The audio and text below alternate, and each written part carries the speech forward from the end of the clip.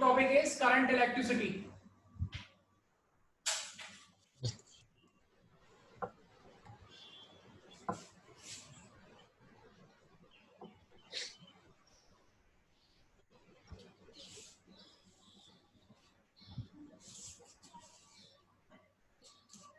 तो देखिए current electricity, new topic, current electricity.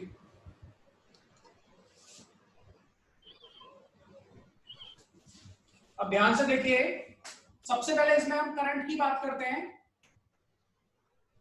तो क्या करंट क्या होता है बेटा?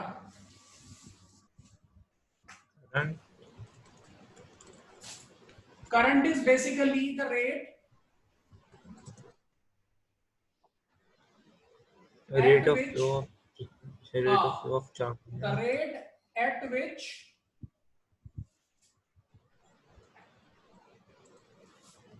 charge is flowing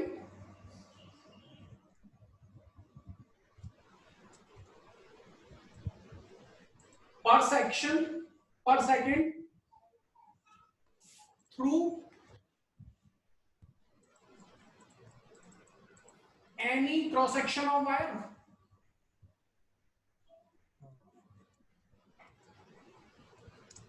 Perpendicular to it. ठीक है कि नहीं? ठीक है। मान लीजिए मैंने ये कंडक्टर ले लिया और इस कंडक्टर में मैंने ये क्रॉस सेक्शन लिया है और चार्ज ऐसे फ्लो कर रहा है। कितना चार्ज फ्लो कर गया? मान लीजिए इस क्रॉस सेक्शन से Q चार्ज फ्लो कर गया कितने टाइम में? T टाइम में। तुम्हारा करंट कितना हो गया? तो Q by T। SI unit क्या होती है तुम्हारी? एम्पियर। हाँ बिल्कुल भाई, करंट की तो एम्पियर ही होती है। अच्छा दूसरी बात, करंट कैसी क्वांटिटी है? वेक्टर है या स्केलर है? पढ़ाया है ये। तो करंट वेक्टर होता है, हैज मैग्नीट्यूड। नहीं स्केलर है। Magnitude as well direction, even though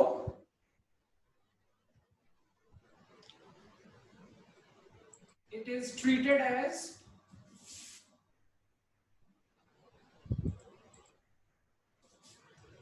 scalar quantity। ठीक है। हाँ। और कभी कभी इसके लिए हम टेंसर वर्ड यूज करते हैं, टेंसर क्वांटिटी। ठीक है, वो सिर्फ करंट के लिए यूज करते हैं हम टेंसर क्वांटिटी वर्ड। ठीक है। ठीक है। Current has magnitude as well as direction even though it is treated as scalar quantity. क्यों? Because it does not follow law of algebraic. बिल्कुल, because it does not follow vector rules of addition. Vector rules, because it does not follow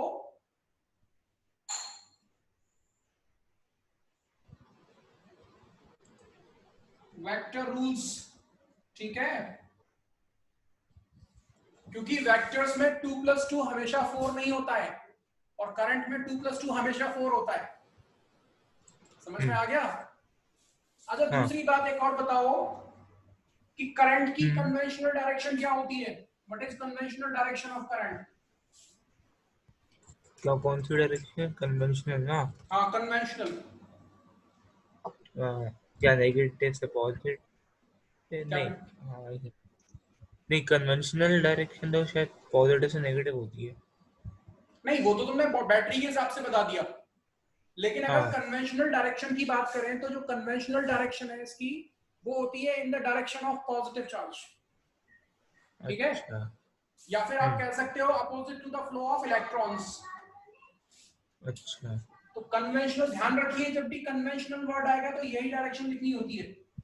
तो conventional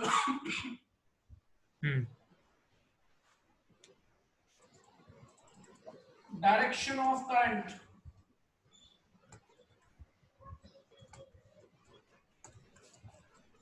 is in the direction of positive charge.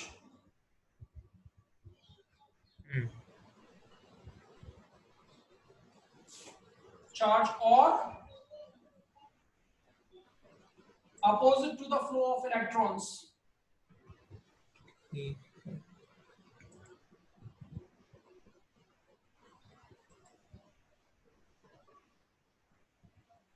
क्योंकि जब current की direction दी गई थी उस वक्त electron known नहीं था आपको। अच्छा, ठीक है ना, तो इसीलिए जो कन्वेंशनल डायरेक्शन दी गई थी वो बेसिकली पॉजिटिव चार्ज को लेकर दी गई थी। ठीक है, हाँ चलिए इसके बाद तो इसको हटा दें, लिख लो लिख लो लिख लो। नहीं लिखना है। हाँ हाँ लिख लो लिख लो।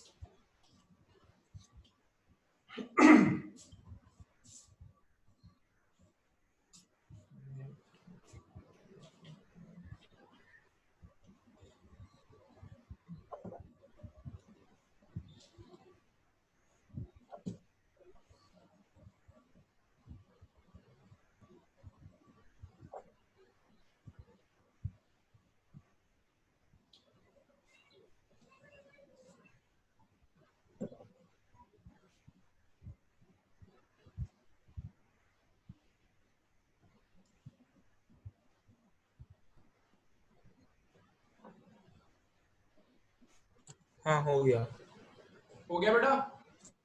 हाँ चलिए इसके बाद आगे समझिए, अगली बात है, इसको हटा दें। हाँ हाँ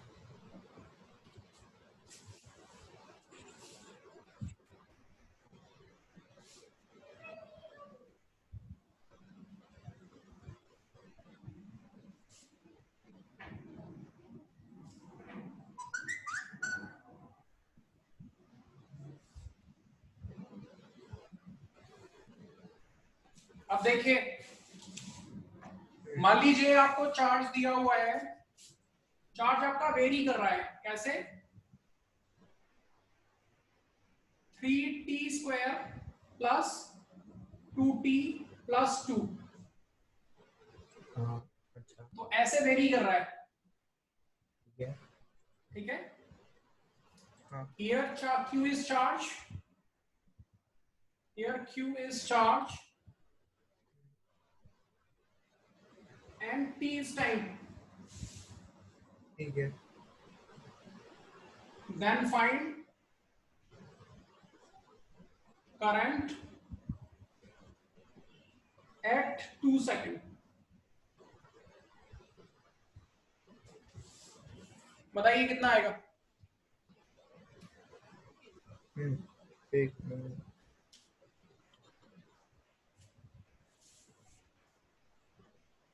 तीस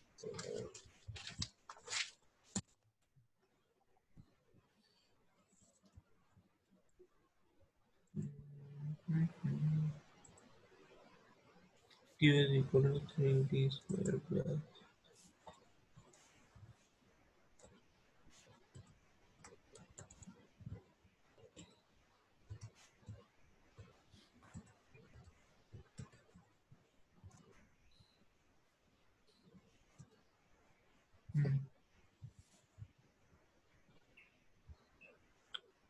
कितने में बताना है? 2 सेकंड्स में ना? हाँ, at 2 seconds. हाँ हाँ इंटीग्रेट करेंगे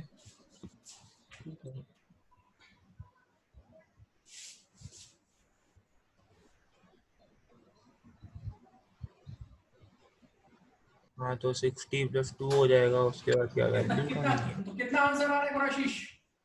मेरा 14 आया अगर आपका आ रहा है 14 एम्पियर। चेक कर लें। तो करंट कैसे निकालते हैं हम? I equals to dq by dt, that is equals to d by dt। q कितना दिया हुआ है? 3t² plus 2t plus 2। तो डिफरेंशिएट किया तो 6t plus 2 आ गया, और यहाँ पे t की वैल्यू पुट कर दो। सही आंसर आ रहा है भाई, 6 इंटू 2 प्लस 2 तो 14 आ गया, सही है बिल्कुल। तो 2 सेकंड पे आपकी 14 एम्पियर करंट आएगी। हाँ ठीक है कि नहीं? ठीक है। हाँ। चलिए इसके बाद गुरशीस हम आगे बात कर रहे हैं। मान लो ये मेरा कंडक्टर है, ठीक है, ये कोई कंडक्टर है मान लीजिए, ऐसे ही ओपन में पड़ा हुआ है, क्या? ऐसे ही पड़ा हुआ है ओपन में। अच्छा ठीक है। ठीक है, तो ये मेरा एक कंडक्टर है जो ओपन में पड़ा हुआ है। कंडक्टर कंडक्टर मेरा सर्किट में नहीं है, आउट ऑफ सर्किट है। अच्छा तो कंडक्टर क्या है? Conductor is out of circuit. ठीक है, हाँ सर्किट से बाहर है मेरा कंडक्टर। तो सर्किट से जब ये बाहर है तो इसमें जो इलेक्ट्रॉन्स होंगे, जिन्हें फ्री इलेक्ट्रॉन्स आप बोलते हो, वो कैसे मूव कर रहे होंगे? रैंडमली। तो अगर वो रैंडमली मूव कर रहे होंगे, इलेक्ट्रॉन का जो चार्ज का फ्लो होगा in any direction should be 0। हाँ जी, हाँ सर। चलिए, तो क्या होता है कि when conductor is out of circuit, electron move randomly. So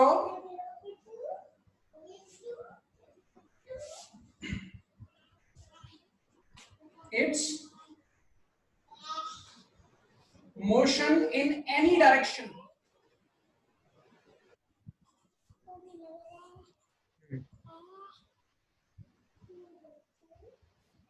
is 0। मतलब जो नेट चार्ज फ्लो है in any direction should be 0। ठीक है, तो हम ये कह सकते हैं कि जो एवरेज स्पीड होगी, एवरेज वेलोसिटी शुड बी क्या आएगी? 0।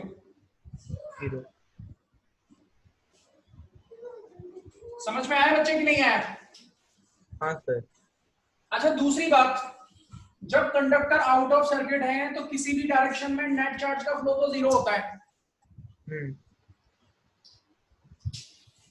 और उसकी एवरेज वेलोसिटी भी 0 होती है। लेकिन जिस वेलोसिटी से ये मूव कर रहे हैं वो वेलोसिटी कितनी होती है? उस वेलोसिटी को क्या बोलते हैं? तो ध्यान रखिए, उस वेलोसिटी को हम बोलते हैं थर्मल वेलोसिटी। ठीक है, थर्मल वेलोसिटी। तो इलेक्ट्रॉन जो ये मूव कर रहा है इस वेलोसिटी को बोलते हैं हम थर्मल वेलोसिटी। तो देखिए ध्यान से कि व्हेन, चलो इलेक्ट्रॉन सर्किट में हो या ना हो, थर्मल स्पीड तो उसके पास हमेशा होगी ना। तो electron move randomly with thermal velocity. और नाम से पता चल रहा है कि थर्मल वेलोसिटी किसकी वजह से होती है? टेम्परेचर की वजह से। तो थर्मल वेलोसिटी कैसे निकालते हैं हम? तो U thermal is equals to root of 3 kT by m। ठीक है, हाँ सर। ये जो K है ये बोल्ट्जमैन कांस्टेंट है, तो K भी लिख दो इसको। अच्छा, याद है बोल्ट्जमैन कांस्टेंट? कितनी वैल्यू आती है Kb की? 1.38 into 10 to the power minus 23। ठीक है, हाँ सर। ये बोल्ट्जमैन कांस्टेंट है, इसकी वैल्यू होती है 1.38 into 10 to the power minus 23। T तुम्हारा टेम्परेचर है और m है मास ऑफ इलेक्ट्रॉन। क्या है m? Mass of electron. ठीक है, और रूम टेम्परेचर पे अगर मैं इसको निकालूंगा तो इसकी वैल्यू आती है रफली 10 to the power 4 metre per second.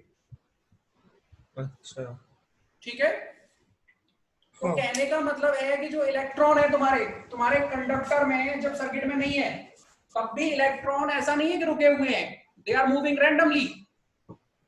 Okay. और रैंडमली अपनी थर्मल स्पीड से मूव कर रहे हैं। और रूम टेम्परेचर पे जो तुम्हारी थर्मल स्पीड होती है वो 10 to the power 4 metre per second की स्पीड से के अराउंड होती है। अच्छा, एक ठीक है। इंपॉर्टेंट बात और बतानी है मुझे कि जब तुम्हारा कंडक्टर आउट ऑफ सर्किट होता है, हाँ। जो ये तुम्हारे फ्री इलेक्ट्रॉन है, ये कैसे पाथ पे मूव करते हैं?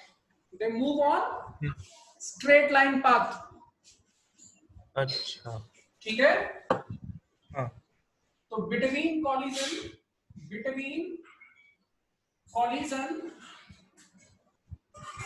इलेक्ट्रॉन मूव ऑन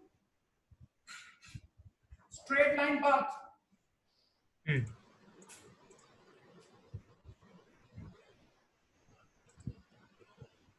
ठीक है बच्चे, हाँ सर।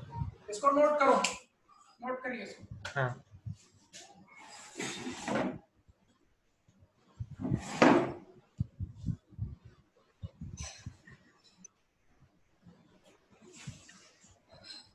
तो अब देखिए गुराशीष, अब मान लीजिए अभी तक तो कंडक्टर आपका आउट ऑफ सर्किट था, अब कंडक्टर को आप सर्किट में लगा दीजिए। ठीक है, हाँ। तो जैसे ही कंडक्टर को सर्किट में लगाओगे, हाँ। आप ऐसे मान लो कि जैसे तुम्हारी क्लास है, जब क्लास में से टीचर नहीं होता है क्लास में, तो बच्चे कैसे क्या कर रहे होते हैं? रैंडमली घूम रहे होते हैं, कोई कहीं जा रहा है, कोई कहीं जा रहा है। हाँ। लेकिन जैसे ही टीचर एंटर करता है क्लास में, बच्चे ऑर्गेनाइज्ड हो जाते हैं कि नहीं हो जाते? ऑर्गेनाइज्ड हो जाते हैं। हाँ।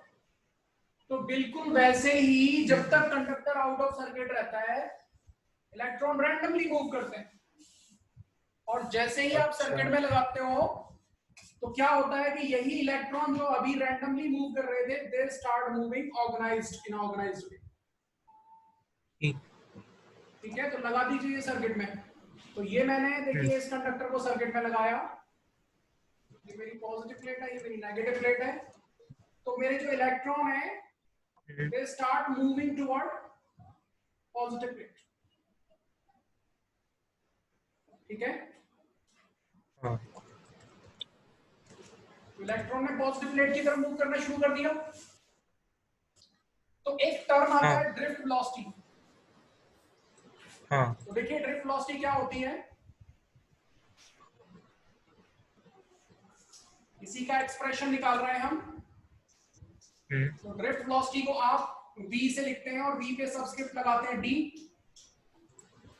तो it is average velocity, it is average velocity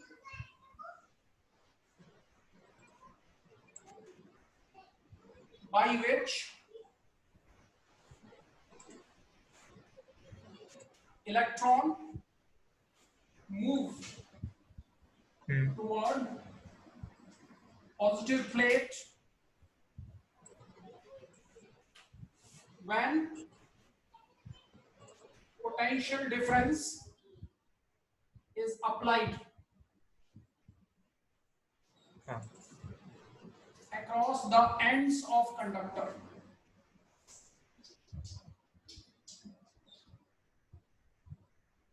बात समझ में आ गई कि नहीं आ गई? ठीक है। तो ड्रिफ्ट वेलोसिटी क्या हो गई? It is average velocity by which electron move toward positive plate when potential difference is applied across the ends of conductor. ठीक है बच्चे? अब देखिए ध्यान से, अब आपने मान लीजिए इन दोनों एंड्स के बीच में एक इलेक्ट्रिक फील्ड लगाया, लगाया कि नहीं लगाया? आपने ई इलेक्ट्रिक फील्ड लगा दिया। ठीक है। हाँ। ठीक है, ई इलेक्ट्रिक फील्ड लगा दिया आपने इस पूरे स्पेस में। तो इस इलेक्ट्रिक फील्ड की प्रेजेंस की वजह से ये इलेक्ट्रॉन फोर्स एक्सपीरियंस करेंगे। हाँ। तो देखिए अब मैं डिराइव कर रहा हूं उसका एक्सप्रेशन। तो due to electric field, electron experience force, that force is equals to minus e into capital e. या माइनस इसलिए आया है क्योंकि जो नेगेटिव चार्ज है वो हमेशा इलेक्ट्रिक फील्ड के अपोजिट फोर्स एक्सपीरियंस करता है। ठीक है, अब अगर हम न्यूटन्स लॉ को देखें, तो न्यूटन्स लॉ के हिसाब से फोर्स इक्वल्स टू तो एम ए होता है। होता है कि नहीं होता है? अगर मैं फोर्स को एम ए लिख दूं तो एक्सेलरेशन कितना आ रहा है? Acceleration equals to minus e capital e by m. ठीक है बच्चे, तो ये एक्सेलरेशन हो गया किस पे, इलेक्ट्रॉन के ऊपर। ठीक है, अब आगे बढ़ते हैं। तो इस एक्सेलरेशन की वजह से इलेक्ट्रॉन एक्सेलरेट होंगे कि नहीं होंगे? होंगे। अब मान लीजिए कोई इलेक्ट्रॉन है हीरा, वो एक्सेलरेट हुआ और एक्सेलरेट हो गया यहाँ पे दूसरे इलेक्ट्रॉन से कोलाइड हो गया। ठीक है। अब कोलाइड होने के बाद क्या होगा? कोलाइड होने के बाद क्या उसकी वेलोसिटी जीरो हो जाएगी? नहीं, बिल्कुल नहीं। नहीं नहीं, बिल्कुल नहीं होगी, क्योंकि थर्मल वेलोसिटी तो उसके पास रहेगी जो उसके पास थी टेम्परेचर की वजह से। हाँ। लेकिन जो उसने गेन की वो लूज कर देगा। अच्छा। ठीक है, और उसके बाद फिर क्या होगा? फिर वो फिर से एक्सेलरेट होना शुरू होगा। ठीक है। ठीक है। तो ड्यू टू दिस एक्सेलरेशन अगले कॉलिजन से पहले उसकी वेलोसिटी कितनी होगी? तो मान लीजिए अगला इलेक्ट्रॉन कहाँ है, यहाँ, तो यहाँ रुकने के बाद फिर से आएगा टक्कर मारने के लिए, आगे बढ़ेगा, ये बढ़ेगा कि नहीं बढ़ेगा? तो फिर से एक्सेलरेट होगा और फिर से आके यहाँ टक्कर मारेगा। तो कहानी ये है कि दो कॉलिजन के बीच में वो कितनी वेलोसिटी गेन करता है। मतलब टक्कर हुई तो जो गेन की थी वो तो लूज कर दी, लेकिन जो इनिशियली थी वो तो अभी भी है ना। हाँ।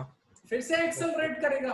और मान लीजिए दो कॉलिजन के बीच में एवरेज टाइम अगर मैं t1 ले लूं, तो टक्कर से ठीक पहले उसकी वेलोसिटी कितनी होगी ये तो निकाल लेंगे ना हम। तो देखो, ड्यू टू दिस एक्सेलरेशन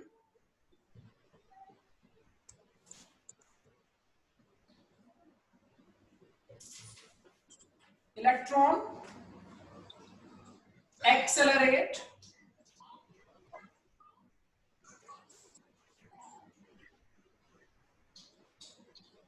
ठीक है। So their velocity just before collision accelerate हुए, so their velocity just before collision, टक्कर से ठीक पहले। तो मान लीजिए अगर मैं v1 पार्टिकल की बात करूं, फर्स्ट पार्टिकल की बात कर रहा हूं, तो उसकी वेलोसिटी हो जाएगी मान लीजिए v1, उसकी इनिशियल वेलोसिटी थी u1, एक्सेलरेशन उसका a है, और मान लीजिए दो कॉलिजन के बीच में टाइम लिया उसने t1। t1 की जगह यहाँ पे टाउ यूज करते हैं हम टाइम के लिए। ठीक है, ठीक है। अब दूसरी कहानी समझिए। इसी तरह दूसरे पार्टिकल की बात करूं मैं, तो उसकी हो जाएगी u2 plus a t2 and so on, ऐसे ही nth पार्टिकल की निकाल दूंगा। अच्छा। ठीक है, मतलब ये सेकंड पार्टिकल की निकाली है मैंने 2, तो इसी तरह nth पार्टिकल की निकाल दोगे। अब आगे आ जाइए, एंड सो ऑन। ठीक है ना। अब देखो, हमने ड्रिफ्ट वेलोसिटी की डेफिनेशन आपको क्या बताई, क्या बताई बताओ? ये average velocity by which electrons move towards positive state. तो एवरेज वेलोसिटी है ना ये। हाँ, तो फिर निकाल लो भाई, इनका एवरेज कर दो। हेंस ड्रिफ्ट वेलोसिटी क्या आएगी? vd is equals to v1 plus v2 plus and so on till vn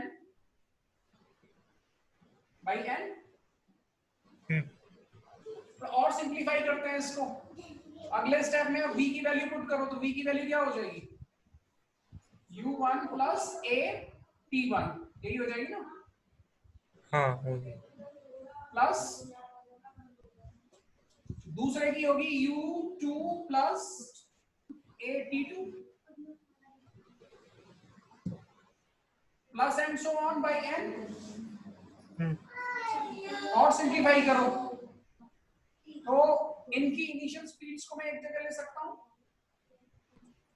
ठीक है।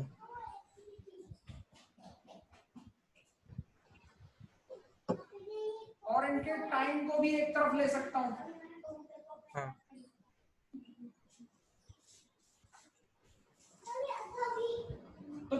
क्योंकि इनिशियल स्पीड का जो एवरेज था वो तो 0 था, ये हम पहले ही बता चुके हैं आपको। हाँ जब वो आउट ऑफ सर्किट था तो ये बात तो मालूम थी ना कि वो तो रैंडमली मूव कर रहे थे। तो इनिशियल वेलोसिटीज का सम तो तब भी 0 था, तो ये तो 0 हो गया। तो क्या आया, तो ये आ गया 0 प्लस ए। अब टाइम का जितने भी कॉलिजन हो रहे हैं तो हर पार्टिकल का जो कॉलिजन के बीच में टाइम है वो अलग अलग है, ठीक है। हाँ लेकिन अगर उसका मैं एक एवरेज ले लूं तो उसको मैं एक टाउ ले लेता हूं, एवरेज टाइम, ठीक है। हाँ तो ये क्या हो गया, average time, average relaxation time बोलते हैं इसको, ठीक है। एक नाम दिया है हमने, रिलैक्सेशन टाइम। तो ये आ गया भाई ड्रिफ्ट वेलोसिटी तुम्हारी। तो ड्रिफ्ट हाँ वेलोसिटी का एक्सप्रेशन क्या आया, vd drift velocity equals to a, ठीक है बच्चे। हाँ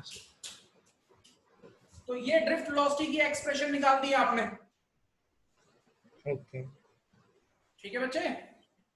हाँ तो यहां तक इसको नोट डाउन कर लो पहले, फिर आगे बात करते हैं। ठीक है।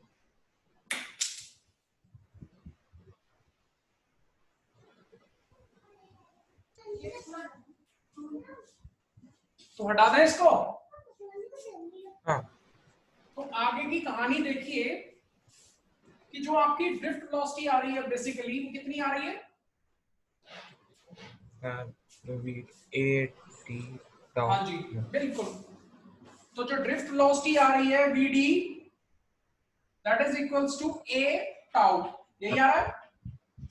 हाँ और a का फॉर्मूला आपके पास क्या था, minus small e capital E by m, यही था। हाँ a की जगह अगर ये लिख दें तो ड्रिफ्ट वेलोसिटी क्या आ गई तुम्हारी, drift velocity equals to minus small e capital E by m tau, ठीक है। क्लियर है बच्चे। हाँ सर। अब यहां पे ध्यान से देखिए कि जो ड्रिफ्ट वेलोसिटी है, हाँ स्मॉल e और स्मॉल m दोनों यूनिवर्सल कांस्टेंट है। स्मॉल e और स्मॉल m तो यूनिवर्सल कांस्टेंट है। हाँ टाउ जो है वो टाइम है दो कॉलिजन के बीच में, हाँ और वो टेम्परेचर पे डिपेंड करता है। हाँ क्योंकि तुम टेम्परेचर बढ़ाओगे तो स्पीड बढ़ेगी तुम्हारी, ठीक है। तो टाउ जनरली टेम्परेचर पे डिपेंड करता है। तो कहने का मतलब है ड्रिफ्ट वेलोसिटी दो चीजों पे डिपेंड करती है, एक तो इलेक्ट्रिक फील्ड पे और दूसरी टेम्परेचर। आई कहानी समझ में बेटा। हाँ सर। चलिए ठीक है। इसके बाद दूसरी बात कि तुम्हारी ड्रिफ्ट वेलोसिटी की एवरेज वैल्यू होती कितनी है। तो ड्रिफ्ट वेलोसिटी की जो एवरेज वैल्यू होती है जो नॉर्मल टेम्परेचर पे रफली वो 10 to the power -3 metre per second होती है। मतलब 1 mm पर सेकंड, यानी चींटी की स्पीड से चलता है। जो एवरेज वेलोसिटी होती है इलेक्ट्रॉन की, वैसे तो इलेक्ट्रॉन बहुत फास्ट मूव करता है 10 to the power 4 to 10 to the power 5 metre per second, लेकिन जो उसकी एवरेज वेलोसिटी आती है पॉजिटिव प्लेट की तरफ, जो रिजल्ट आता है उसका, वो रिजल्ट कैसा आता है, कैसा रिजल्ट आता है उसका, सिर्फ 1 mm का, 1 mm पर सेकंड। उसको एक छोटे से एग्जांपल से मैं आपको समझाता हूं कि लोग कहते हैं हमारा देश गरीब देश है, लेकिन क्या हमारा देश वाकई में गरीब देश है। यहाँ बड़े बड़े बिजनेसमैन हैं, बड़े बड़े मतलब इतने ब्रिलियंट माइंड है यहाँ पे, इतने रिसोर्सेज हैं, उसके बाद भी हमारा कंट्री जो है वो पीछे लैग क्यों कर रहा है। हर चीज महंगी है, क्यों महंगी है, क्योंकि यहाँ पे पूरे देश का बर्डन सिर्फ कितने लोगों ने उठाया हुआ है, सिर्फ 5% लोगों। समझ में आया कि नहीं आया। जो कंट्री का सारा बर्डन जो टैक्स पेयर्स हैं, जो बेसिकली लॉ ओबेइंग सिटीजन है, वो हार्डली 5% है बस। इंडिया में कमाल की बात है कि सिर्फ 5% लोग टैक्स देते हैं, बाकी कोई टैक्स देता ही नहीं है, बाकी सब मजे कर रहे हैं, ठीक है। ना वो बिजली का बिल भरते हैं, कुछ नहीं करते, फ्री की बिजली चलाते हैं। हाँ ठीक है, 99% तक लोग, मतलब 95% तक लोग फ्री की बिजली चलाते हैं, फ्री का पानी यूज करते हैं, बिल्कुल पे नहीं करते, और उनके बदले में कौन पे करता है? The tax payer. समझ में आया? चलिए, हाँ तो ये बेटा तुम्हारी एवरेज ड्रिफ्ट वेलोसिटी आ गई। अब इसके बाद एक और चीज सुनो, दो कॉलिजन के बीच में इलेक्ट्रॉन कैसे मूव करता है? कर्व्ड पाथ पे। बिटवीन टू कॉलिजन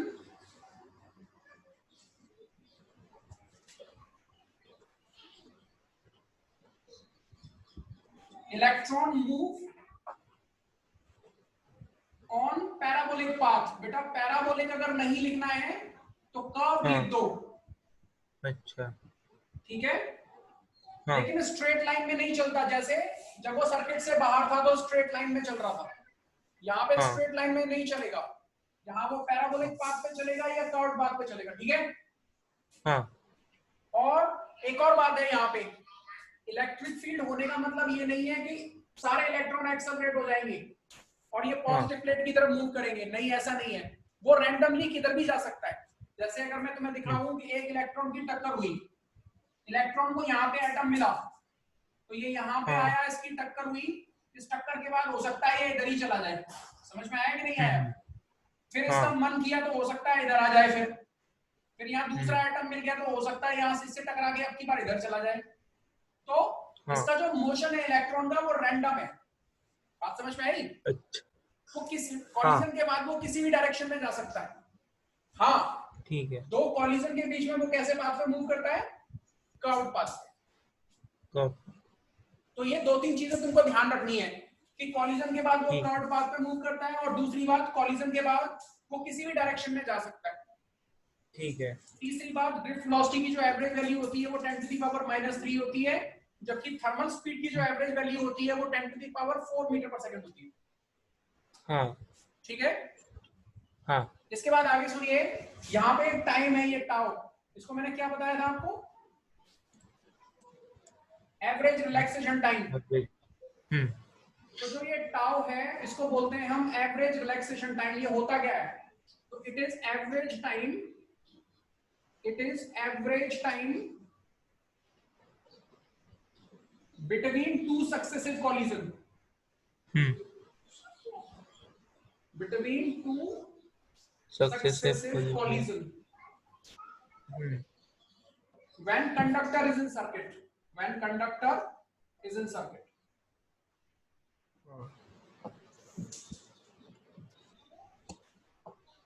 और इसकी जो एवरेज वैल्यू आती है बेटा वो बहुत छोटी है, तो इसकी जो एवरेज वैल्यू आती है वो रफली 10⁻⁻14 सेकंड के आसपास आती है। आप अंदाजा लगा लीजिए कितना कम, कितना छोटा टाइम है ये। हाँ ठीक है? हाँ गुराशीष लिखा आपने? हाँ लिख जाइए, नीचे आ लिख लिख लो।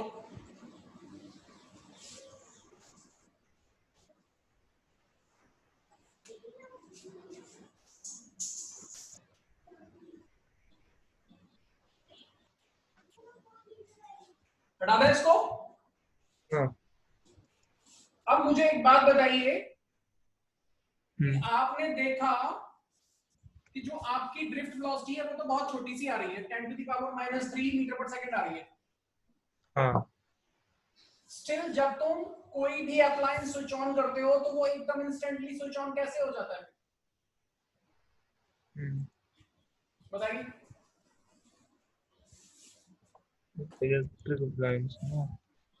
हाँ, मतलब जैसे आपने बल्ब जलाया, जलाया कि नहीं जलाया, अब आपकी ड्रिफ्ट वेलोसिटी तो 10⁻³ आ रही है मीटर पर सेकंड, मतलब चींटी की स्पीड से चल रही है आपका इलेक्ट्रॉन। तो फिर आपका बल्ब एकदम से कैसे जल जाता है? हाँ क्वेश्चन है, if drift velocity is roughly 10⁻³ meter per second, then how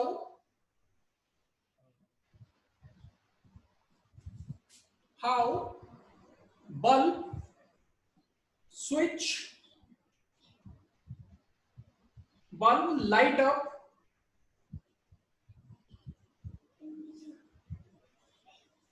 instantly as we switch on.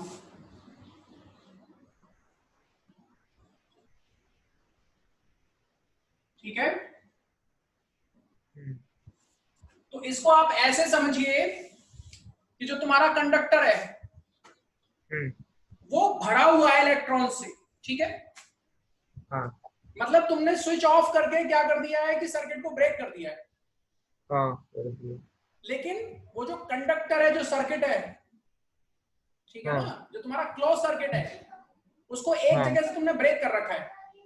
जैसे पुलिस वाले रोक देते हैं ना बैरियर लगा के, तो आपने बैरियर लगा के रोक दिया उसको। लेकिन हाँ पूरे सर्किट में इलेक्ट्रॉन तो भरे हुए हैं ना।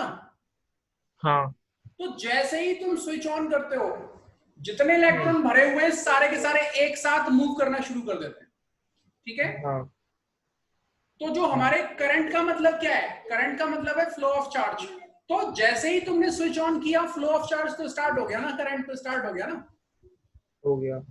तो हमें इस बात का इंतजार थोड़ी ना करना है कि इलेक्ट्रॉन हमारा एक एंड से नेगेटिव प्लेट से पॉजिटिव प्लेट तक जाएगा तब हमारी करंट एस्टेब्लिश होगी। नहीं, हाँ जैसे ही तुमने स्विच ऑन किया हमारा करंट इंस्टेंटली एस्टेब्लिश हो जाएगा। बात समझ में आई कि नहीं आई? हाँ तो हम लिखेंगे as conductor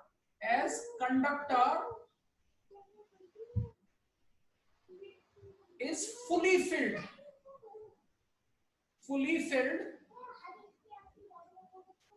with electrons, so as key is switched on,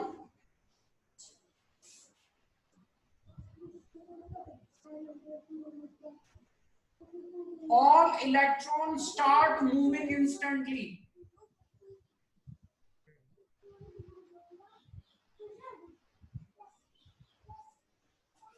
So current is established. समझ में आया कि नहीं आया? Current is instantly established. Hence bulb light up instantly. समझ में आया बच्चे? हाँ सर। हमको ये इंतजार नहीं करना है कि इलेक्ट्रॉन हमारा नेगेटिव प्लेट से पॉजिटिव प्लेट पहुंचेगा तब जाके हमारा बल्ब जलेगा, नहीं, वो तो इंस्टेंटली बल्ब जल जाएगा, ठीक है। हाँ तो चलिए आज की क्लास को बच्चे हम यही खत्म करते हैं। हाँ ठीक है। नेक्स्ट क्लास होगी हमारी, कब रखोगे? कब? Monday Tuesday? हाँ हाँ ठीक है। ठीक है, चलो, और शीट में आपको भेज दूंगा आज। हाँ चलिए बाय। बाय।